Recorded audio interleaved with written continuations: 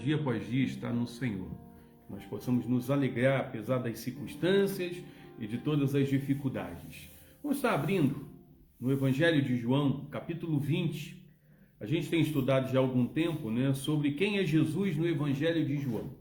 O Evangelho de João ele é muito apreciado pelas pessoas. Algumas pessoas até falam para o novo convertido, começa lendo a Bíblia pelo Evangelho de João, ele é muito bonito, realmente é muito bonito. João utilizou várias figuras, vários conceitos acerca de quem é Jesus. O próprio Senhor Jesus foi no Evangelho que ele mais falou vezes, eu sou, E a gente vê que existe também alguns cumprimentos, das profecias bíblicas, nesse texto. Então é um evangelho muito bonito, é um evangelho que eu não concordo com aqueles que dizem que é muito simples. Não é simples, é muito complexo.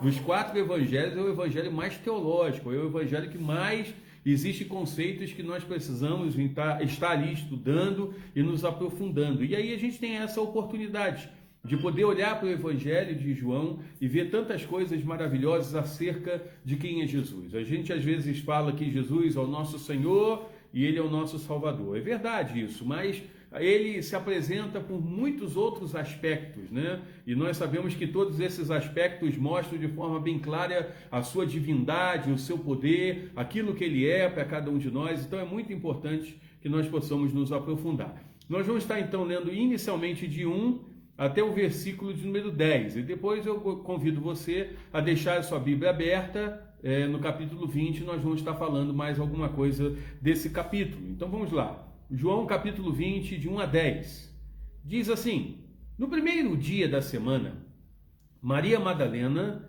foi ao sepulcro de madrugada, sendo ainda escuro, e viu que a pedra estava revolvida. Então correu e foi ter com Simão Pedro, e com o outro discípulo, a quem Jesus amava, e disse-lhes: tiraram do sepulcro o Senhor, e não sabemos onde o puseram. Saiu, pois, Pedro e o outro discípulo, e foram ao sepulcro. A ambos corriam juntos, mas o outro discípulo correu mais depressa do que Pedro, e chegou primeiro ao sepulcro. E abaixando-se, viu os lençóis de linho, todavia não entrou. Então Simão Pedro, seguindo, chegou e entrou no sepulcro. Ele também viu os lençóis e o lenço que estivera sobre a cabeça de Jesus, e que não estava com os lençóis, mas deixado no lugar à parte. Então entrou também o outro discípulo, que chegara primeiro ao sepulcro, e viu e creu, pois ainda não tinham compreendido a Escritura, que era necessário ressuscitar ele dentre os mortos, e voltar os discípulos outra vez para casa. Quando nós olhamos para esse texto fala de algo muito importante. Jesus não é apenas aquele que morreu na cruz do Calvário. Ele não foi simplesmente um mártir. Ele não foi alguém que na cruz do Calvário ofereceu a sua vida por uma causa nobre. Pelo contrário, se a gente for pensar até mesmo naquilo que ele fez, ele levou na cruz do Calvário os pecados, aquilo que de pior existe no ser humano. E ele levou sobre si toda a maldição por causa do nosso pecado. Mas ele não apenas morreu, ele ressuscitou. E ao terceiro dia ele ressuscitou. Eu lembro de um fato que alguns fariseus e alguns escribas, e alguns que agiam com incredulidade, pediram sinais a Jesus. E Jesus já tinha feito vários sinais. E mesmo assim eles ainda continuavam não crendo no poder e na divindade de Jesus. E Jesus disse que nenhum outro sinal seria dado àquela geração que estava agindo com incredulidade, uma geração que ele chamou de uma geração incrédula, porque eles pediam sinais para que de repente Deus precisasse, ou Jesus precisasse provar alguma coisa. Mas Jesus disse que não daria outro sinal, senão o sinal de Jonas. Como Jonas esteve 3 dias na barriga de um peixe, assim o Filho do Homem, Jesus, estaria no ventre da terra. E isso se cumpriu de fato.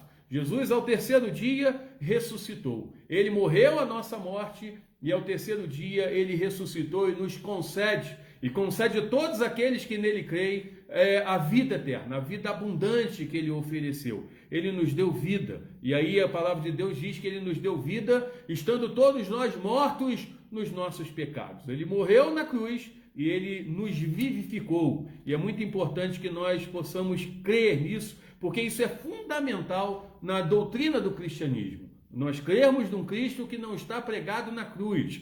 Um Cristo que não está preso num túmulo, mas o Cristo que está vivo, que reina para todo sempre. Então, quando nós olhamos para esse texto, nós aprendemos algumas coisas importantes. A primeira é bem evidente, é o que está no versículo 6 e 7. Ele é aquele que deixou o túmulo vazio. Outros líderes religiosos, outros que foram fundadores de uma religião, às vezes você sabe onde está localizado o seu túmulo. E você certamente, se fosse abrir aquele túmulo, lá está os restos mortais de alguém. Mas o túmulo de Jesus estava vazio. Versículo 6 diz: então Simão Pedro, seguindo, entrou no sepulcro e viu os lençóis, e o lenço que estivera sobre a cabeça de Jesus, e que não estava com os lençóis, mas num lugar deixado à parte. O túmulo estava vazio, os lenços, os lençóis, os panos que envolviam o Senhor Jesus ficaram lá, mas ele não estava lá. Lá não havia nenhum resto mortal. Lá só tinha os panos, os tecidos que certamente faziam parte do processo ali de mumificação ou de embalsamento que alguns faziam. E aí a gente vê que lá estava só os panos, sem nada. Jesus havia ressuscitado, a pedra estava revolvida, não havia ninguém naquele sepulcro. A segunda coisa que nós aprendemos é que ele é aquele que cumpriu as Escrituras. Versículo 9, ele diz assim: pois ainda não tinham compreendido a Escritura, que era necessário ele ressuscitar dentre os mortos. A ressurreição de Jesus é o cumprimento da Escritura. Cumprimento da Escritura naquilo que eu acabei de falar, do sinal de Jonas, como também de várias outras profecias do Antigo Testamento.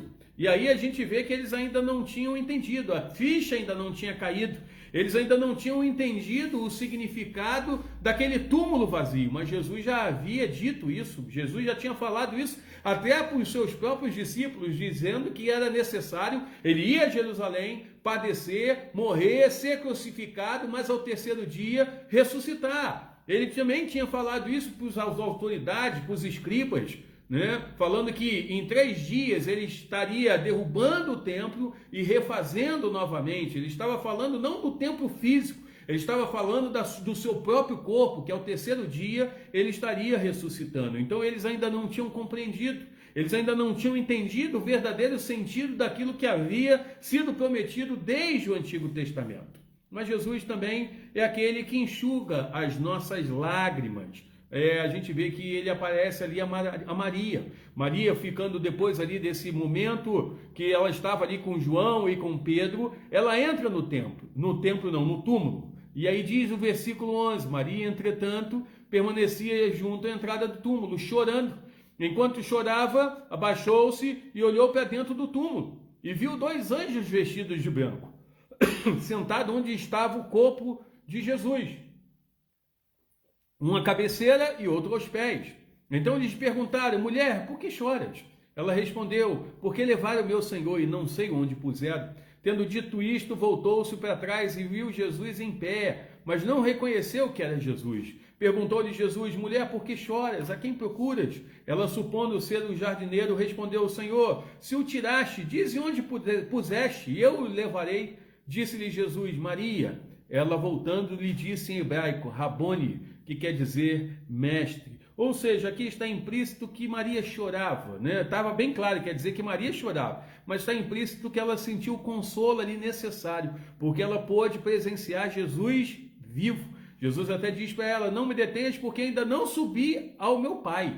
Mas ele estava ali presente. A gente vê que a tristeza era tão grande que Jesus já havia falado com ela e ela não tinha identificado Jesus como aquele que havia ressuscitado. Ela achava que era o jardineiro, ela não tinha percebido a grandiosidade de tudo que estava acontecendo. Às vezes a tristeza nos cega, a tristeza mancha o nosso coração, nos marca e a gente às vezes não consegue enxergar o que é mais importante da vida, o que é mais importante, o que Deus tem feito, e a gente às vezes só reclama, a gente às vezes só vê e só se sente frustrado. Mas a gente vê que Maria teve a oportunidade naquele momento de presenciar Jesus ressurreto, Jesus vencedor, Jesus que venceu a morte, e ele é capaz, com isso, com esse consolo trazido a partir da esperança que há jeito, que é a solução, que a morte não é o fim para cada um de nós, isso traz consolo, isso enxuga as nossas lágrimas. O Davi acabou de cantar um cântico que está baseado lá no Salmo, né? Que a tristeza pode durar uma noite, mas a alegria vem pela manhã. E aí a gente fazendo uma analogia, lá naquele momento do Salmo, falava de uma coisa, mas se a gente for pensar aqui, fazendo nós podemos dizer uma aplicação disso na realidade da ressurreição, a gente vê, a tristeza pode ter durado 3 dias, mas a alegria veio quando o sol da justiça brilhou novamente, quando aquele que é a estrela da manhã brilhou novamente. Isso traz consolo, isso traz conforto ao nosso coração, num tempo de desespero, num tempo que tantas pessoas, aonde elas marcam ali, teoricamente, aquilo que seria o fim da vida de alguém, elas têm o seguinte sentimento e a seguinte palavra: acabou. Mas para aquele que tem Jesus, porque ele ressuscitou, não acabou, não é o fim. E isso traz esperança, isso é capaz de enxugar as nossas lágrimas, de nós sabermos que aqueles que creem em Jesus, a morte não é o fim, mas é o começo de uma nova vida. E aí nós que fazemos parte da mesma fé, um dia vamos encontrar com aqueles que certamente já não convivemos mais aqui. Então isso traz consolo e conforto ao nosso coração. Mas Maria reconhece Jesus como mestre, ela chama Rabone, que quer dizer mestre.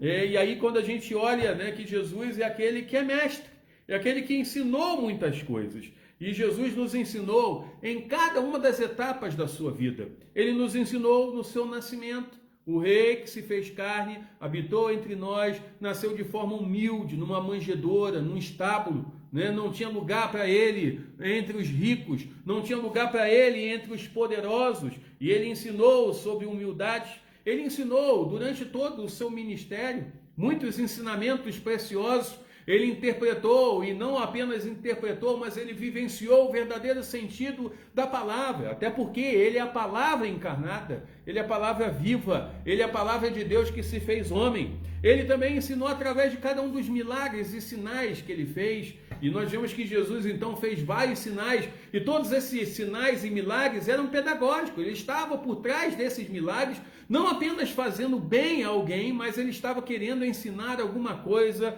acerca de Deus e acerca da fé, acerca de quem nós somos. Ele também nos ensinou na sua morte. Na morte nós aprendemos que ele pagou o preço por causa do nosso pecado.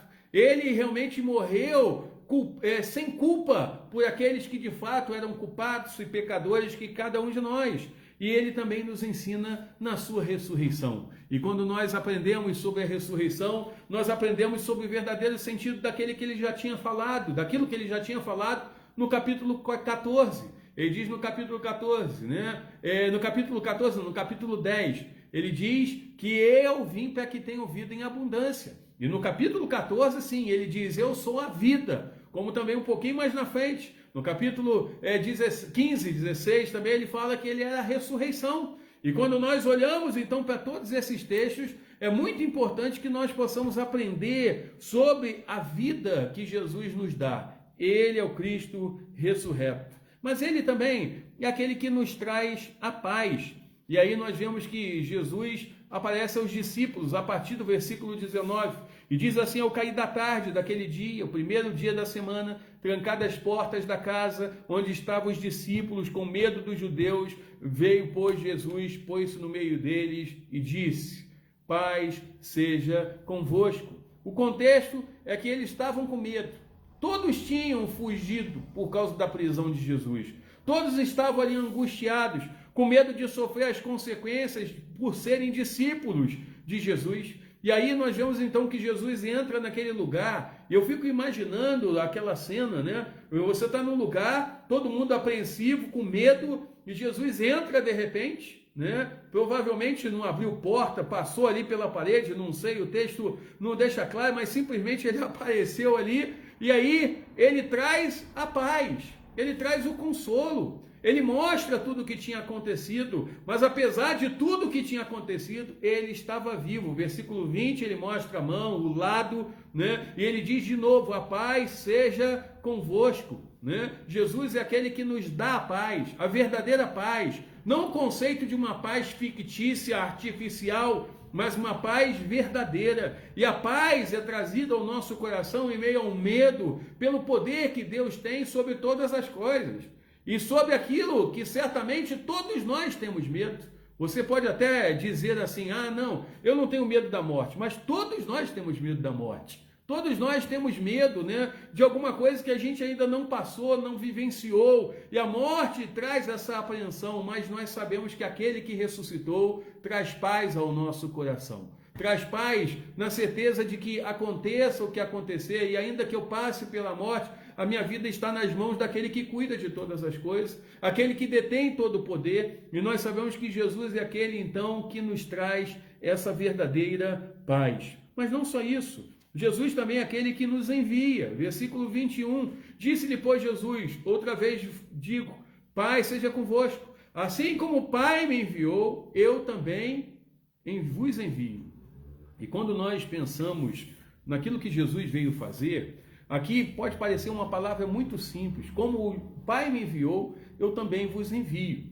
Alguns autores até comentando essa parte, principalmente diante de tudo que tinha acontecido com Jesus, alguns falam que assim como eu, teoricamente, vamos falar assim de uma maneira, né, aplicando essa realidade, assim como eu passei pelo martírio, assim como eu dei a minha vida, assim como eu me doei, da mesma maneira eu vos envio. E nós sabemos que a maioria dos discípulos, eles pagaram um preço alto, um preço grande por serem fiéis a Deus. A maioria deles morreram por causa do Evangelho. E aqui está um desafio para cada um de nós. Assim como Jesus foi enviado, nós somos enviados também para que nós possamos dar a nossa vida em serviço do reino, fazermos realmente aquilo que é necessário que seja feito. Que nós até, se tivermos que passar pelo martírio, que assim seja, mas que nós não sejamos nunca infiéis ao Deus que nos envia. Pelo contrário, nós temos uma missão, e essa missão é pregar o Evangelho, é ser testemunha de Jesus, é pregar como Jesus pregou, é ser como Ele é procurar viver uma vida onde nós sejamos um exemplo. É claro que aí vem a outra parte.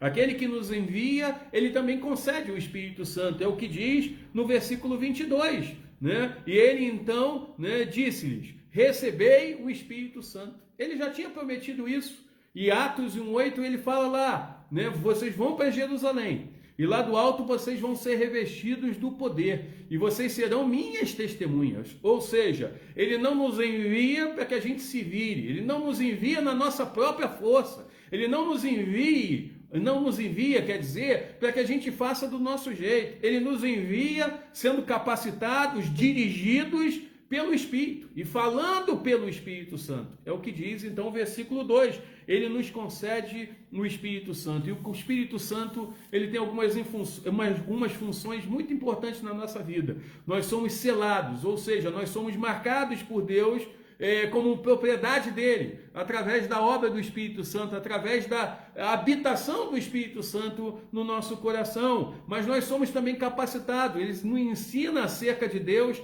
e ele coloca aquilo que nós precisamos falar na nossa boca da maneira correta. Um exemplo disso é Pedro, um homem letrado, um homem simples, um homem muitas vezes rude, que não sabia falar, que não tinha um discurso elaborado, e foi usado no capítulo 2, lá em Atos, foi usado com uma grande pregação, onde Deus falou através dele, usando ele pelo seu Espírito. E ele então se torna um instrumento nas mãos de Deus. Mas nós sabemos também que Jesus é aquele que concede a verdadeira felicidade aos que creem. Um pouquinho mais na frente nós vemos aqui a experiência de Tomé.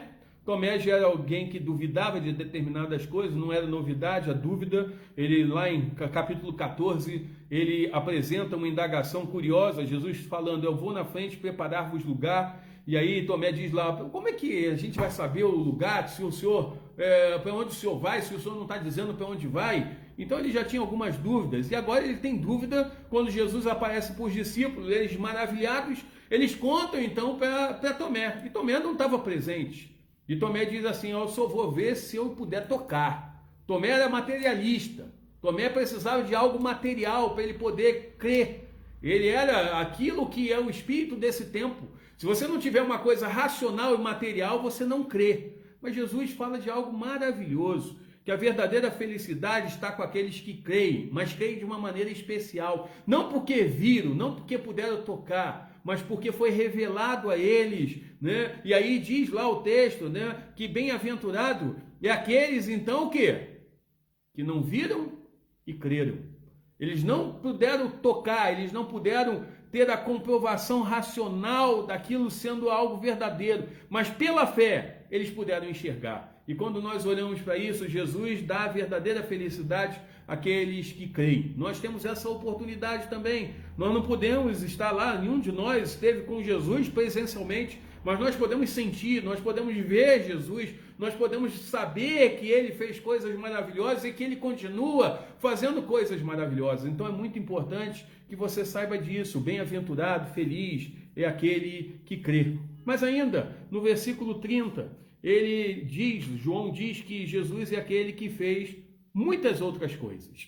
Versículo 30, ele diz assim: na verdade, Jesus fez diante dos discípulos muitos outros sinais que não estão escritos nesse livro. Quando a gente abre um pouquinho mais na frente, que nós vamos estar falando na semana que vem, se Deus quiser, capítulo 21, versículo 25, João faz uma outra declaração. Ele diz assim: não caberiam em livros tudo aquilo que Jesus fez. Ou seja, aqui ele está dizendo, Jesus fez muitos outros sinais que não estão nesse livro. Mas ele diz também que não caberiam em todos os livros do mundo tudo aquilo que Jesus fez. Porque Jesus realmente ele operou muitas coisas. É claro que João mesmo diz que os que estão escritos foram registrados para que a gente pudesse crer. Mas existem muitas outras coisas, né, que Jesus fez. E eu creio que essa seleção que houve dos textos aqui que estão escritos foi guiado. Todo esse processo foi guiado por Deus. Não foi algo do acaso. Não foi porque, de repente, né, João decidiu que assim fosse. Eu creio que o cânon sagrado também é obra do Espírito Santo e obra de Deus. Os livros que estão na Bíblia, eles deveriam estar. E é por isso que estão, né? Porque Deus permitiu que pudessem estar. Né? Não foi uma obra humana. Há muitas pessoas, um dia desse mesmo eu vendo uma pessoa debatendo e falando de diversas coisas, porque a Bíblia é uma ilusão acreditar que ela é a palavra de Deus. A teologia liberal faz justamente isso. Ela faz com que você desacredite que a palavra é de Deus, que a Bíblia é a palavra de Deus, mas ela continua sendo a palavra de Deus. Se você não crê nisso, você vai crer em quê? E tem muitas pessoas hoje vivendo a decepção de crer em ideologias humanas que são falíveis. Mas a palavra de Deus, ela é eterna, ela é verdadeira, ela não falha jamais. E é muito importante que você não siga, né, esse caminho, que você não siga, né, verdadeiramente aquilo, né, que as pessoas estão falando, mas aquilo que está na palavra. Tá? Então é muito importante que você tenha isso em mente. Outra coisa que nós olhamos aqui é que, na realidade, o versículo de número 30 ainda fala outra coisa, que tudo isso foi escrito para que a gente possa crer que Jesus é o Cristo, o Filho de Deus, aquele que nos dá a vida eterna. Então é muito importante que você tenha isso em mente. Jesus é o Cristo, ou seja, o teu substituto, aquele que foi ungido por Deus, aquele que veio para morrer na cruz do Calvário por você. Ele é o Filho de Deus. E ele é aquele que te concede a vida eterna. O versículo 31 diz: esses, porém, foram registrados, para que creais que Jesus é o Cristo, o Filho de Deus, e que, para crendo, tenhais vida em seu nome. Aqui nós vemos, irmãos, nesse capítulo, algo muito importante. O capítulo de número 20 é um capítulo que traz um consolo e um conforto muito grande ao nosso coração, porque nós temos a certeza de que a ressurreição é algo real. Que a ressurreição é algo que mostra e traz para cada um de nós o poder de Cristo sobre todas as coisas. O nosso Rei, o nosso Senhor, não é aquele que simplesmente morreu, não se foi alguém que foi martirizado, mas o nosso Redentor é vivo. Eu gosto muito daquela palavra de Jó, lá no livro de Jó, quando Jó, então, vivendo toda aquela experiência, todo aquele momento difícil, ele, diante de tudo que ele estava passando, ele faz uma afirmação poderosíssima e uma afirmação que ela é messiânica. Ele diz: eu sei que o meu Redentor vive e que um dia se levantará o quê? Da terra. E quando nós olhamos para essa afirmação de Jó, se cumpre integralmente em Jesus. E aí é muito importante que um dos primeiros credos que foi, então, feito pela igreja é o chamado credo apostólico. E aí, no credo apostólico faz uma afirmação muito importante: creio na ressurreição. É muito importante isso. Isso é a base da nossa fé. Você crê no Cristo que vive. Você fazer a afirmação de fé: eu sei que o meu Redentor é vivo. Tá? E é muito importante que você tenha isso em mente, que o seu Redentor está vivo, que ele se levantou e que ele não apenas está vivo, mas ele reina para todo sempre. Então é muito importante, seja os seus medos, seja as suas angústias, seja as suas preocupações, seja o que for que você possa estar passando, coloque tudo diante daquele que conhece todas as coisas. Coloque tudo diante daquele que é Deus sobre tudo e sobre todos. Coloque diante daquele que é o Senhor e que realmente você possa descansar, porque Jesus fez uma obra que não precisa ser completa. Ele fez uma obra completa. E nós podemos dizer o ápice dessa obra é quando ele voltará para buscar o seu povo, quando ele voltará para buscar a sua igreja, que é a sua noiva. E é muito importante que você possa estar preparado. A gente às vezes não sabe quando isso vai acontecer. O próprio Senhor Jesus, falando aos discípulos, ele disse que não competia a cada um de nós saber tempos ou épocas, mas sim ao Pai, exclusivamente ao Pai. Mas é muito importante que eu possa estar preparado, porque nenhum de nós sabe o momento que nós vamos nos encontrar com o Senhor. Eu creio com toda certeza de que um dia Jesus voltará e todos vão ver, os que estiverem vivos. Mas é muito importante que eu esteja preparado, porque ele pode me chamar à sua presença. E é muito importante que eu possa não estar ali negligenciando aquilo que ele me deu como privilégio, como oportunidade, mas assumindo um compromisso com ele de frutificar, de ter uma vida santa, de ter uma vida que possa glorificar o seu nome a cada momento. Amém? Que Deus possa te abençoar e possa te fortalecer. Nós vamos orar mais uma vez. Nós vamos agradecer mais uma vez pela ressurreição de Jesus, por essa bênção grandiosa que nós temos, de ter Jesus ressurreto, vivo, habitando no nosso meio e reinando para todo sempre. Vamos estar orando? Coloque a sua vida diante do Senhor. Senhor, no nome de Jesus, louvamos e engrandecemos o teu nome, pela tua graça, pela tua misericórdia, por esse texto tão maravilhoso, Senhor, que fala de esperança. Esse texto que fala que o túmulo está vazio. Esse texto que diz que o Senhor cumpriu as Escrituras, Senhor, e a ressurreição de Jesus é o cumprimento disso. Ele realmente falou, ele pregou sobre isso. Muitas vezes ali, como os discípulos, vivenciando a tristeza, a angústia, Senhor, da perda do convívio daqueles que eles tanto amavam, Senhor. Eles não conseguiram enxergar a ressurreição. Mais tarde, o Senhor abriu um entendimento e eles puderam realmente exaltar, glorificar a Ti. E nós sabemos que verdadeiramente esse consolo que o Senhor traz, Senhor, enxuga as nossas lágrimas, enxuga as nossas angústias. Sabemos que Tu és mestre e em cada uma etapa da sua vida o Senhor nos ensinou, o Senhor mostrou coisas maravilhosas e só em Ti nós podemos ter a verdadeira paz.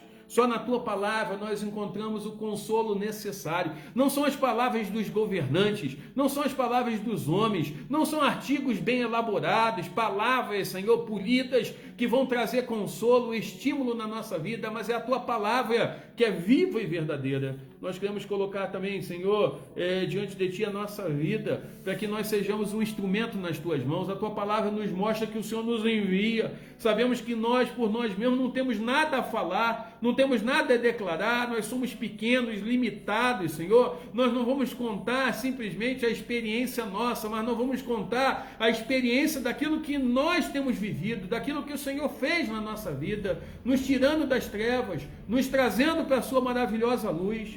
Nós queremos também te pedir que cada dia mais o Espírito possa reinar na nossa vida, possa nos capacitar. Se a gente tem timidez, se a gente tem vergonha de alguma coisa, que o Espírito possa nos fortalecer, que nós sejamos ousados, intrépidos para pregar a Tua palavra. Nós queremos também te pedir, Senhor, que cada dia mais nós possamos, Senhor, ser fiéis, testemunhas do Senhor em cada momento da nossa vida, que nós sejamos preparados pelo Espírito, para que a gente possa dar razão da nossa fé para todos aqueles que nos indagarem, que nós possamos entender também que nós somos felizes, e que a felicidade que nós temos, ela é ultra circunstancial, não é uma felicidade baseada, Senhor, nas coisas que esse mundo pode oferecer, mas a nossa felicidade está baseada nas coisas do alto, e que cada dia mais nós possamos buscar essas coisas na nossa vida. Eu quero te pedir que o Senhor possa, Senhor, cada dia mais também abençoar a nossa vida, para que nós possamos conhecer mais e mais de Jesus, porque há muito a conhecer, há muita coisa que nós precisamos conhecer, e que nós possamos nos fortalecer cada dia mais. É o que te pedimos em nome de Jesus. Amém. Eu quero mandar um abraço a todos aqueles que participaram da nossa live, em especial, né, o pastor Mike Couto. Ele foi meu aluno lá no seminário em Cachoeira de Itapemirim. Se eu não me engano, agora ele mudou para Cascavel, né? Mandar um abraço para ele. É muito bom tê-lo aqui na nossa live, né? Que Deus possa abençoar poderosamente a vida dele, a vida de cada um. E na próxima, então, terça-feira, nós vamos retornar. Nós vamos finalizar, né, o estudo do Evangelho de João, tá? E nós vamos estar terminando lá com o capítulo 21. É muito importante a sua participação. Compartilhe essa live com alguém também, né? Vai ser uma bênção muito grande nós podemos estar juntos aqui novamente. E eu queria, né, que você pudesse aqui, quem sabe, escrever lá, fica disponível no Facebook a live, você pode escrever lá nos comentários alguma sugestão de algum assunto que você gostaria que a gente pudesse abordar aqui, né? E aí a gente vai estar nas próximas lives aí, em vez da gente estar estudando um livro, de repente seguindo a sugestão dos amados irmãos e estudando alguns assuntos que são importantes. Então, se você tiver algum assunto, alguma coisa, coloque lá então, né, no comentário. Eu creio que vai ser uma bênção muito grande. Deus abençoe a sua vida. Desejo uma boa noite a cada um.